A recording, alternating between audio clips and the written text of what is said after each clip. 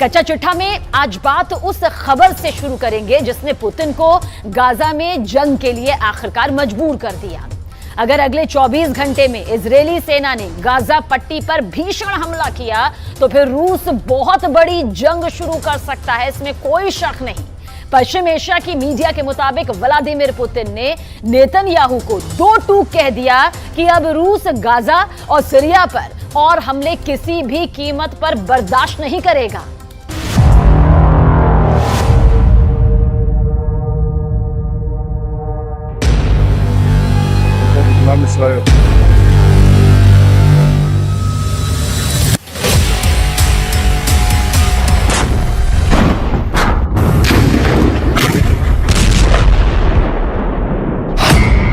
बंद करो गाजा में कदम, पुतिन की जंगी धमकी।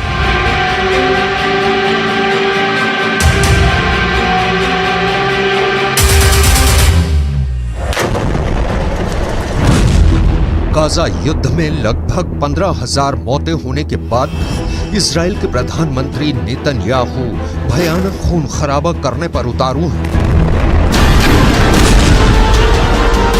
हालात ये हो गए हैं कि पिछले 12 घंटे के अंदर इजरायली सेना ने उत्तरी गाजा में कई जगहों पर सीज फायर को तोड़ते हुए हमास के ठिकानों पर मिसाइलों और ड्रोन से सीधा हमला किया है। लेकिन इस बीच एक खबर रूस से निकल कर आई है जिसने पूरी दुनिया को सन्न करके रख दिया है। 71 साल के रूसी राष्ट्रपति व्लादिमीर पुतिन ने साफ चेतावनी दी है कि अगर गाजा में खूनी गदर नहीं रुका तो फिर गाजा से लेकर सीरिया तक इजरायली सेना पर भयंकर हमले शुरू हो जाएंगे। नेतन्याहू को चेतावनी देते हुए पुतिन ने जो कहा है उसने अमेरिका समेत तमाम पश्चिमी देशों को गहरे संकट में डाल दिया है। जरा देखिए पुतिन ने ऐसा क्या कह दिया है कि अब गाजा युद्ध इजरायली सेना के लिए गले की हड्डी बनता जा रहा है। गाजा से सीरिया तक रूस का बदला शुरू। रूसी राष्ट्रपति व्लादिमीर पुतिन ने प्रधानमंत्री बेन्यामिन नेतन्याहू को सीधी चेतावनी देते हुए कहा है कि अगर गाजा युद्ध नहीं रोका तो फिर सीरिया भी इजराइल पर सीधे और बड़े हमले शुरू कर देगा। पुतिन ने हमास और इजराइल के बीच संघर्ष विराम पर बोलते हुए साफ कहा है कि इजराइल जिस तरह से सीज फायर की आड़ में गाजा से लेकर सीरिया तक हमले कर रहा है उसकी वजह से अब फिलिस्तीन इजरायली संघर्ष तीव्र वृद्धि की ओर बढ़ चुका है।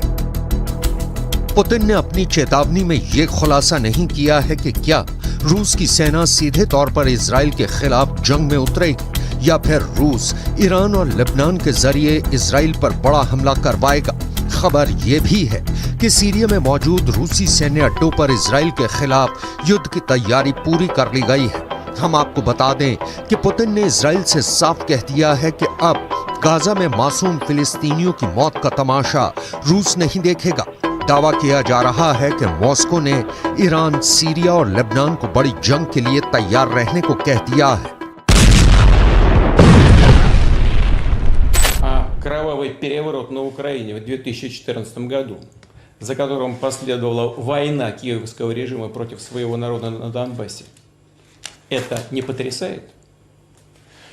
А истребление гражданского населения в Палестине, в секторе Газа сегодня, не потрясает?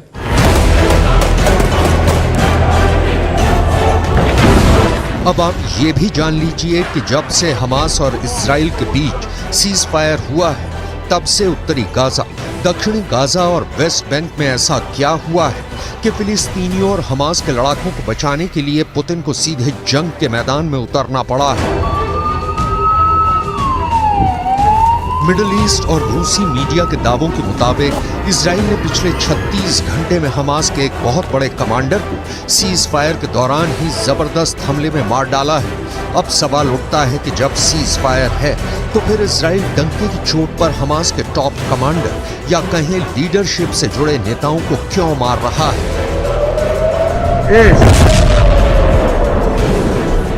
डिफेंस एक्सपर्ट्स के मुताबिक इजरायली सेना की खुफिया एजेंसी मोसाद और शिन बेत के पास हमास के सभी टॉप कमांडर्स की पूरी लिस्ट है जो हमास के हमलों को कंट्रोल करते हैं। यही वजह है कि जैसे ही सीज फायर हुआ, हमास के टॉप कमांडर आगे के हमलों को लेकर मूवमेंट करने लगे, जिसकी भनक मोसाद और शिन बेत को लग गई।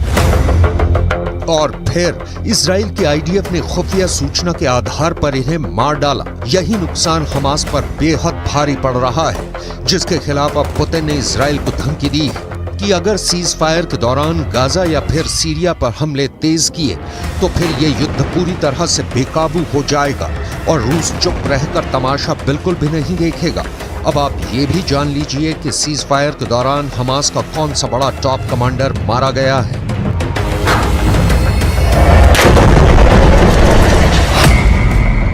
हमास के 2 टॉप कमांडर्स को इजरायली सेना ने इस तरह से मारा है कि यही नहीं पता चल पाया कि उन्हें सीज फायर के दौरान मारा गया या फिर पहले मारा गया। हमास ने खुद 26 नवंबर को पुष्टि की है कि हमास के उत्तरी ब्रिगेड के 2 कमांडर मारे गए हैं। हमास के मुताबिक आईडीएफ ने उत्तरी ब्रिगेड के कमांडर अहमद अल घंडौर को हवाई हमले में मार डाला है। इससे पहले आईडीएफ ने हमास के कमांडर अहमद अल घंडौर को मारने की 3 बार कोशिश की थी। इसके अलावा हमास की उत्तरी ब्रिगेड में रॉकेट डिवीजन के कमांडर आयमान सियाम को भी आईडीएफ मार चुकी है। हमास के मिलिट्री विंग के मुताबिक हमास के कुल 5 सबसे टॉप अधिकारी मारे गए हैं। दावों के मुताबिक ये सभी टॉप कमांडर युद्ध विराम शुरू होने से मारे गए हैं, जबकि कुछ रिपोर्ट में दावा किया गया है कि सीज फायर के दौरान इजरायली सेना की स्पेशल फोर्स ने हमास के 5 कमांडर्स की टारगेट किलिंग की है।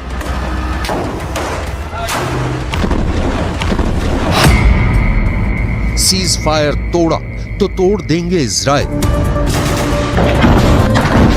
हमास के 70 से ज्यादा कमांडर्स मारे जा चुके हैं, जिनमें से 15 बेहद माहिर और दिग्गज कमांडर्स थे। लेकिन जिस तरह से सीज फायर की आड़ में इजरायली सेना ने गाजा में गदर मचाया है, उसे लेकर पुतिन बेहद एक्टिव है।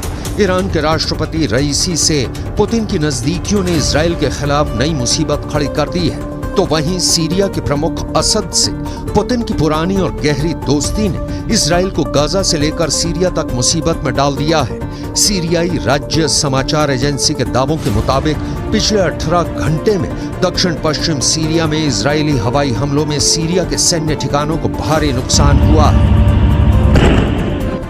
दावों के मुताबिक सीरिया में हुई इजरायली हमले में उसके 8 सैनिक मारे गए हैं, जबकि 7 घायल हुए हैं। सीरिया में इजराइल का हवाई हमला सीरिया के दक्षिण पश्चिमी शहर दारा के पास सैन्य ठिकानों पर हुआ है, जिसे लेकर पुतिन बुरी तरह से बौखला गए हैं। इसलिए उन्होंने इजराइल को सीधी धमकी दी है कि अगर गाजा और सीरिया में इजरायली हमले इसी तरह से दोबारा हुए तो जंग बहुत भयानक हो जाएगी।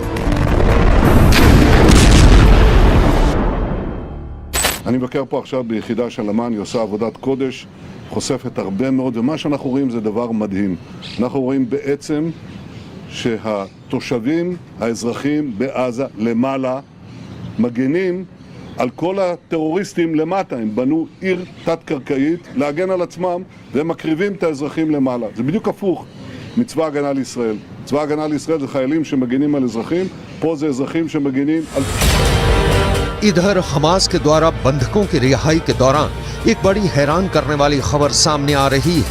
रूस को अपना सबसे वफादार दोस्त मानने वाले हमास ने रूसी बंधकों को लेकर ऐसा ऐलान कर दिया है जिसने पुतिन के कद को दुनिया भर में काफी ऊंचा कर दिया है। हमास के वरिष्ठ अधिकारी ने दावे के साथ ऐलान किया है कि हम रूस और राष्ट्रपति पुतिन का बहुत सम्मान करते हैं, इसलिए गाजा में बंधक रूसी नागरिकों को हमास बिना शर्त रिहा करने जा रहा है। हमास के टॉप लीडर ने पुतिन को सम्मान देते हुए बयान दिया है कि रूसी बंधकों को रिहा करके हमास पुतिन को सच्चे दोस्त होने का सम्मान दे रहा है।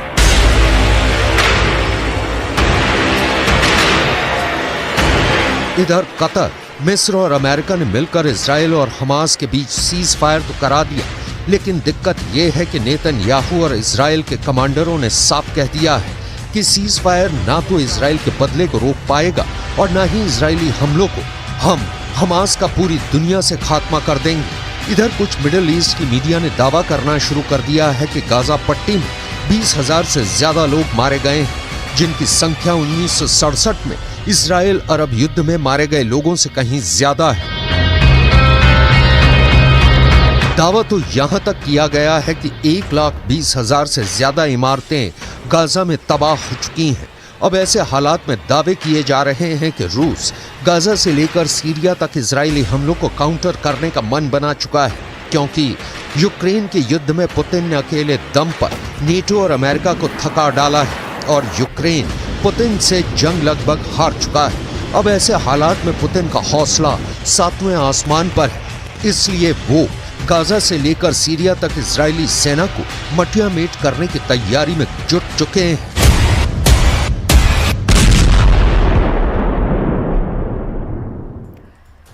गाजा की आग अमेरिका तक पहुंच गई है और अब अमेरिका में 40 करोड़ बंदूक बड़ा खतरा बन गई। अमेरिका में करीब करीब हर नागरिक के पास बंदूक है। अमेरिका में अब गाजा को लेकर ऐसी बातें फैलाई जा रही है जिससे जो बाइडेन को यह लगने लगा है कि कहीं हमास का अगला हमला अमेरिका में ना बन जाए।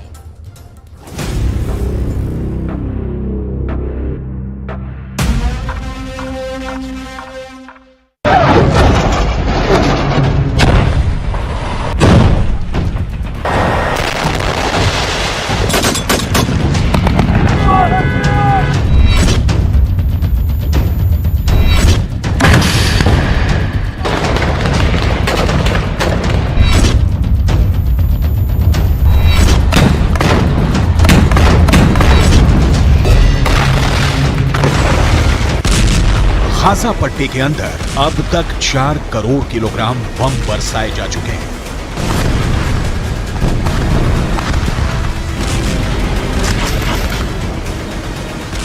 पूरा गाजा पट्टी जलकर राख हो चुका है, लेकिन इस आग ने अमेरिका के सामाजिक ताने बाने को भी जलाकर राख कर दिया है।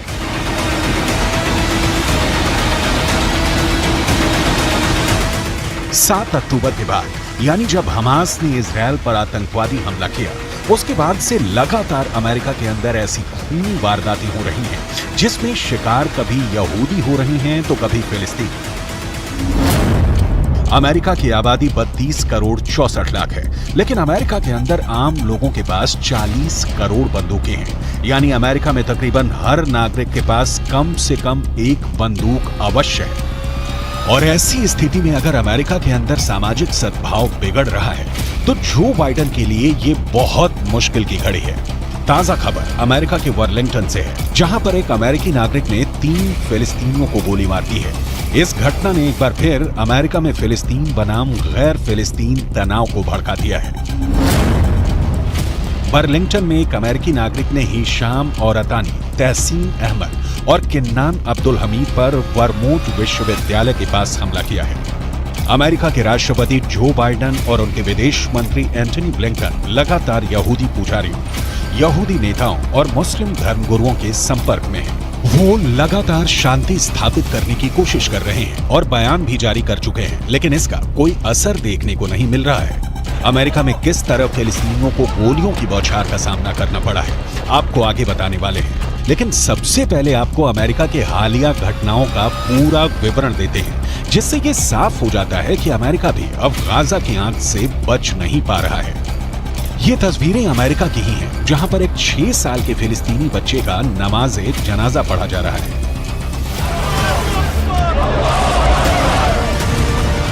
ये 6 साल का बच्चा एक अमेरिका के नागरिक के यहाँ किराए पर अपनी मां के साथ रह रहा था, लेकिन इस बच्चे को 71 साल के एक बुजुर्ग ने चाकू से 26 वार करके मार डाला। इस बच्चे के परिवारजनों ने रोते हुए अमेरिका की सरकार से प्रार्थना की है कि जो युद्ध गाजा के अंदर चल रहा है उसको अमेरिका में शिफ्ट ना किया जाए।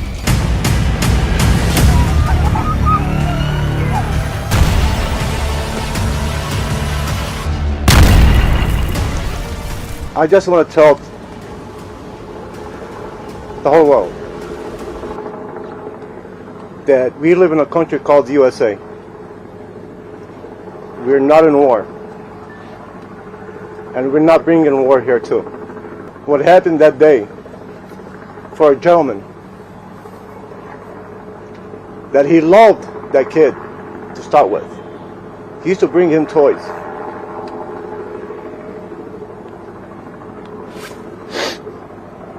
Now I want to ask anybody here, a 71-year-old man sitting on top of a 6-year-old kid, stabbing her more than 26 times, and he was looking in his eyes. You tell me, is that exaggeration? You tell me what type of man he can do that.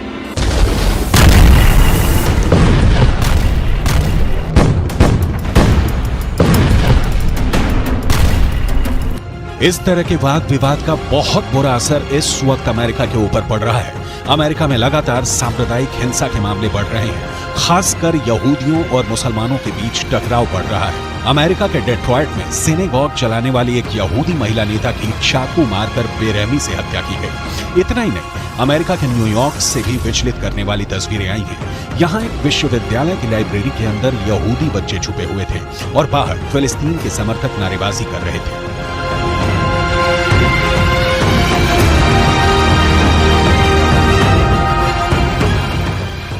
America के Washington में फिलिस्तीन समर्थक प्रदर्शन के दौरान एक महिला को ऐसा पोस्टर लिए दिखाया गया जिसमें यहूदियों को पूरी तरह से समाप्त करने जैसा संदेश दिया गया था।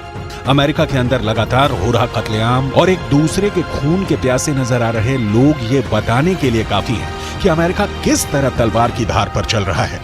बर्लिंगटन का केस अपने आप में बहुत चौंकाने वाला है। जिस वक्त इन तीनों फिलिस्तीनियों को गोली मारी गई, ये तीनों अरबी बोल रहे थे और इनमें से 2 ने फिलिस्तीनी काफिया पहना हुआ था।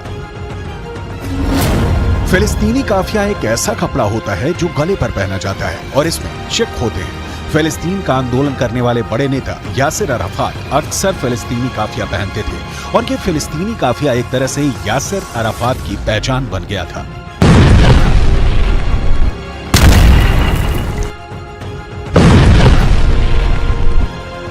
एक ब्रिटिश एक्टर और प्रेजेंटर इस्लाह अब्दुल रहमान फिलिस्तीन के लोगों के लिए सहानुभूति व्यक्त करने के लिए फिलिस्तीनी काफिया पहना था।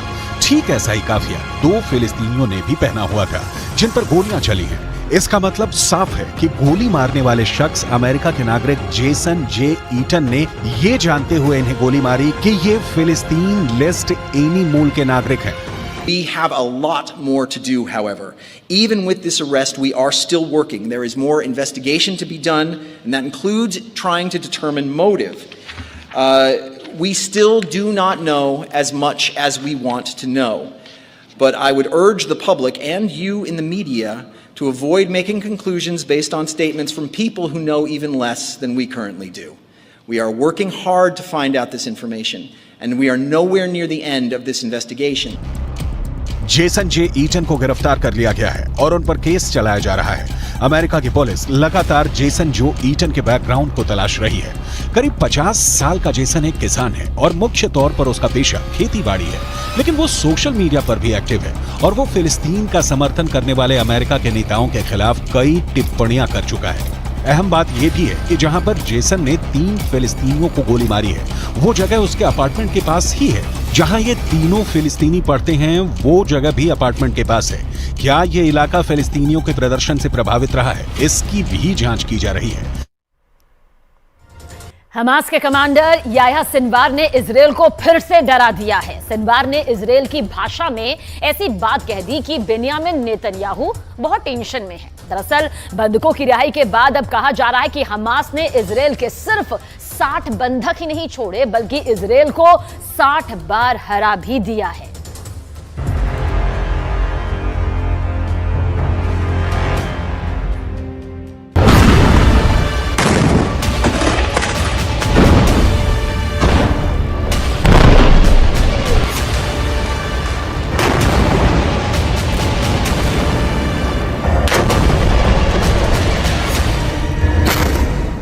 सीज फायर टूट गया जब युद्ध विराम बढ़ाने पर हमास और इजरायल राजी हुए तो गाजा में तैनात इजरायली सेना के टैंक और तोपों ने बमबारी कर दी। शेख रदवान इलाके में धमाके हुए और दहशत फैल गई कि युद्ध फिर शुरू हो चुका है। इजरायल फिर टनों टन बम गाजा पर गिराएगा, फिर इमारतें ढहती जाएंगी और हजारों लाशों को मलबे से निकालने का काम फिर शुरू हो जाएगा, जिसमें बच्चे होंगे, महिलाएं होंगी, बुजुर्ग भी होंगे, क्योंकि नेतन्याहू तो पहले ही कह चुके हैं कि जब तक हमास बाकी है, युद्ध बाकी है और गाजा की तबाही जारी रहेगी।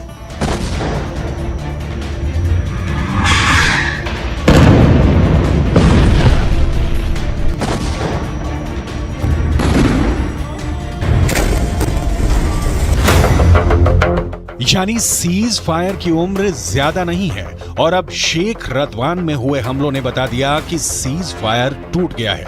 युद्ध फिर शुरू होगा और हमास इस बार बिल्कुल नहीं बचेगा। लेकिन हमास को इसका डर नहीं, हमास के कमांडर को इसकी फिक्र नहीं, क्योंकि इजराइल की मीडिया में जो खबरें छाई हैं उसने याया सिनवार का खौफ एक बार फिर पूरे इजराइल में फैला दिया है। क्योंकि याया सिनवार को लेकर जो खबर आई है वो वाकई बहुत चौंकाने वाली है। ये खबर सुरंग से आई है जहां हमास पूरी तरह एक्टिव है। ये खबर हमास के बंधकों ने बताई है, वो बंधक जिनको हमास ने रिहा किया है। और ये खबर नेतन्याहू के लिए बहुत बड़ा सिरदर्द बन चुकी है। हमास के कब्जे से रिहा हुए एक बंधक ने बताया कि जब गाजा में वो एक सुरंग में कैद करके रखे गए थे, तब एक दिन अचानक सुरंग का दरवाजा खुला और उनके सामने एक व्यक्ति था जो याया सिनवार बताया जा रहा है। वो व्यक्ति इजराइल में बोली जाने वाली हिब्रू भाषा में बात करने लगा और उसने कहा कि तुम सब यहाँ हमास के कब्जे में महफूज हो, तुम लोगों को डरने की कोई जरूरत नहीं, तुम्हें कोई नुकसान नहीं होने दिया जाएगा। उसकी हिब्रू भाषा बोलने का लहजा बिल्कुल एक इजरायली व्यक्ति की तरह था। शुरू में उन्हें लगा कि इजराइल का कोई शख्स उनसे बात कर रहा है, लेकिन फिर एहसास हुआ कि यह हमास का कमांडर याया सिनवार ही है। המכונה הצה"לית עובדת במלוא העוצמה. יחיא סינואר מתחבא בבונקר שלו ונותן למפקדי השדה שלו, הטרוריסטים, למות בשטח. אצלנו המפקדים הולכים בראש הכוח, מובילים קדימה, מביאים להישגים ומנהיגים את הכוחות.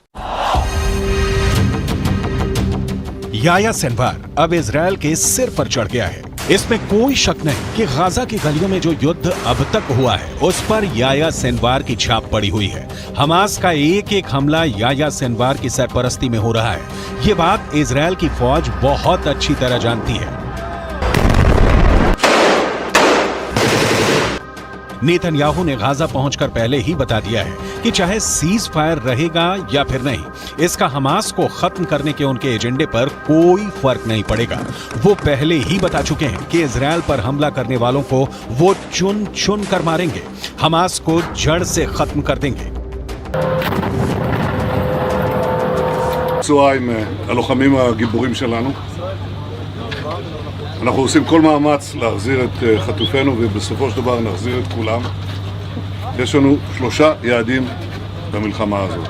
לחסל את החמאס, להחזיר את כל חטופינו ולהבטיח שעזה לא תחזור להיות איום למדינת ישראל.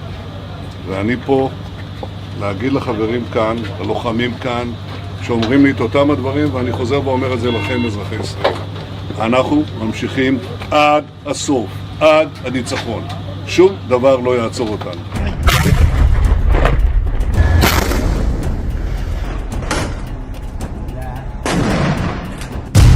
यानी हमास का पक्का इलाज होगा, हमास को पूरी तरह खत्म कर दिया जाएगा। इसकी 100% वाली गारंटी नेतन्याहू बार बार दे रहे हैं।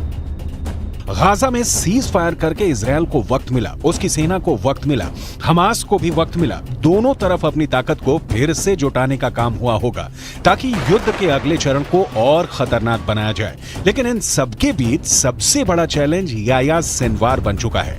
याया सिनवार जब तक जिंदा है, नेतन्याहू जीत का दावा नहीं कर सकते। नेतन्याहू को जब से पता चला है कि याया सिनवार सुरंगों में घूम रहा है और बंधकों से मुलाकात करके उनसे सीधे बात कर रहा है, तब से नेतन्याहू की बेचैनी बढ़ गई है। इसका मतलब साफ है कि याया सिनवार जिंदा है। याया सिनवार युद्ध को कंट्रोल कर रहा है। याया सिनवार बता रहा है कि इजराइल का एक एक बंधक उसके रहमो करम पर जिंदा है। यही बात इजराइल को बहुत परेशान कर रही है।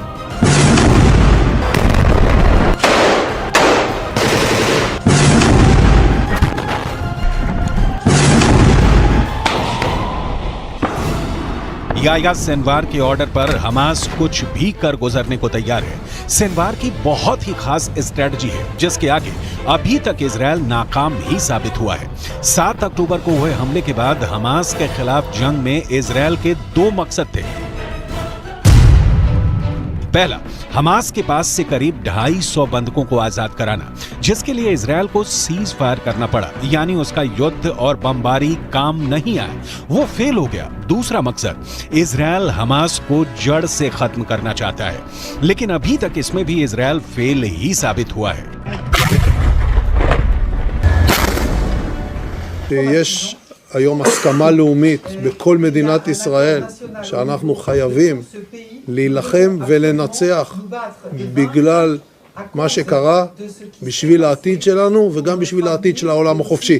חמאס ואייסיס זה אותו דבר, ויחיא סנואר זה אוסמה בן לאדן החדש.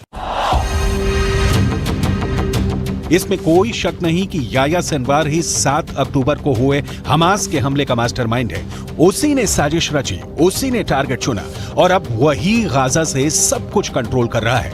गाजा की गलियों में जो युद्ध हुआ है या हो रहा है, उसने इजरायल को भी बड़े झटके दिए हैं, लेकिन नेतन्याहू अपने फैसले पर कायम है। ישבתי עם סגן הרמטכ"ל, עם המפקדים, ועל הקיר היה כתוב עם ישראל חי. אז עם ישראל חי, ועם ישראל גם מנצח. בזכותכם, בזכותכם. תודה לכם.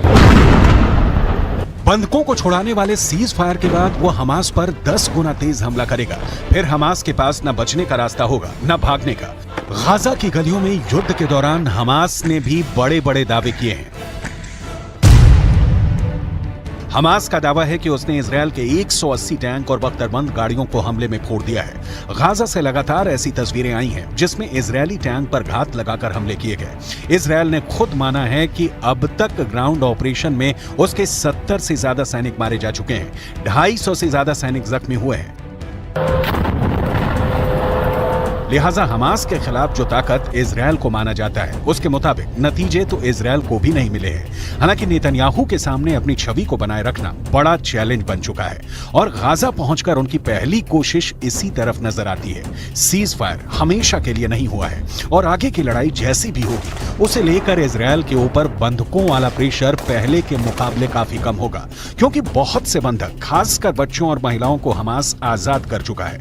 इसलिए इजरायल का पूरा फोकस अब हमास को खत्म करने पर है।